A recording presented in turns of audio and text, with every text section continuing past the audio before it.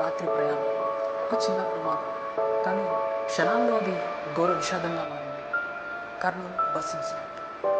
ఈ incident October 24, 25 early in the morning 3 గంటల సమయంలో జరిగింది. Place చిన్నపేకూరు village, Kurnool district, Andhra Pradesh. Bus Hyderabad నుండి బెంగళూరు వెళ్తున్న కావేరీ ట్రావెల్స్ ప్రైవేట్ బస్. బస్లో మొత్తం 40 మందికి పైగా ప్యాసింజర్స్ ఉన్నారు. అందులో కొందరు ఎంప్లాయీస్, కొందరు స్టూడెంట్స్, కొందరు కుటుంబ సభ్యులు ఉన్నారు.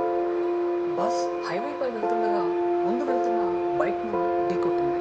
ఆ బైక్ బస్ కింద ఇరుక్కుపోయి బైక్ నుంచి పెట్రోల్ లీక్ అయి కొన్ని ఫ్రాక్షన్ ఆఫ్ సెకండ్స్లోనే బస్ కింద మంటలు చెందాయి.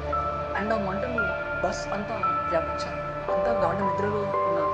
ఎవరికి వెంటనే ఏం జరిగిందో అర్థం కాలేదు. చాలామంది తలుపులు తెరవడానికి ప్రయత్నించారు, కానీ మెయిన్ డోర్ లాక్ అయి ఉంది. కొంతమంది వెనుక వైపు ఉన్న ఎమర్జెన్సీ ఎగ్జిట్ పగలగొట్టి బయటికి దూకి ప్రాణాలు కాపాడుకున్నారు. కానీ చాలామంది బయటకు రాలేకపోయారు. కొన్ని నిమిషాల్లోనే బస్ పూర్తిగా కాలిపోయింది. సుమారు 20 మంది అక్కడికక్కడే మృతి చెందారు. మరికొంతమంది తీవ్రంగా గాయపడి దగ్గరలో ఉన్న కర్నూలు ప్రభుత్వ ఆసుపత్రికి తరలించబడ్డారు. బైక్ రైడర్ కూడా ఆన్ ది స్పాట్ డెత్.